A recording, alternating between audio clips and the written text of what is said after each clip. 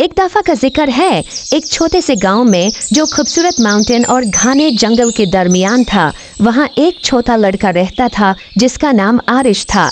आरिश बहुत क्यूरियस और एडवेंचरस था, हमेशा अजीब और फैंटास्टिकल जगहों कई सपने देखता रहता। एक दिन गांव के किनारे की सैर करते हुए उसने एक रास्ता देखा जो उसने पहले कभी नहीं देखा था। ये रास्ता एक पुराने जादुई घर तक जाता था जो फूलों से ढका हुआ था और एक गार्डन जो जादू से चमकता था उसके इर्द गिर्द था। आरिश खूब और जोश से घर की तरफ बढ़ता है। जैसे ही उसने दरवाजे का हैंडल छूने की कोशिश की, वो एक गरम सुनहरी रोशनी से चमक उठा। दरवाजा खुद ब खुद खुल गया, जैसे कि वो उसको बुलाता हो। अंदर घर अजीब और शानदार चीजों से भरा हुआ था। किताबें जो राज बताती थीं, पेंटिंग्स जो हरकत करती थीं और फर्नीचर जो अपनी ही धुन पर नचता था। जब आरिश घर को देख रहा था, उसकी मुलाकात एक बारी उल्लू से हुई जो बोल सकता था। उल्लू का नाम ओलिवर था। ओलिवर ने आरिश को समझाया कि ये घर जादू की एक दुनिया है और ये किसी ऐसे शख्स का इंतजार कर रहा था जिसका दिल पाक हो ताकि उसके राज मालूम हो सके।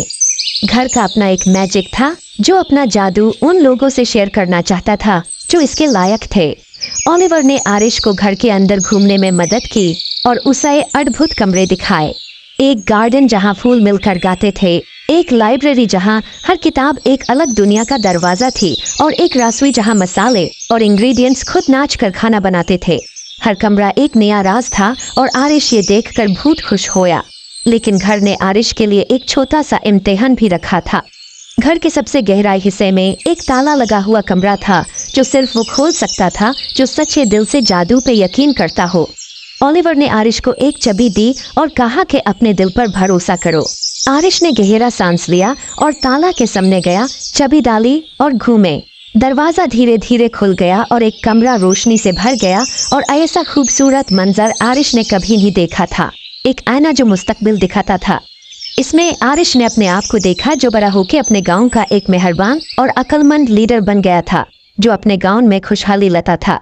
उसने महसूस किया कि असली जादू उसके अंदर ही था। आरिश ने ओलिवर और जादू के घर का शुक्रिया अदा किया और वादा किया कि वो अक्सर वापस आएगा। और इस तरह आरिश और जादू का घर सबसे अच्छे दोस्त बन गए और उनकी दोस्ती ने गांव में सलोन तक जादू और खुशियों को ले आया। उम्मीद है आपको स्टोरी पसंद आई होगी। Please like and subscribe my YouTube channel.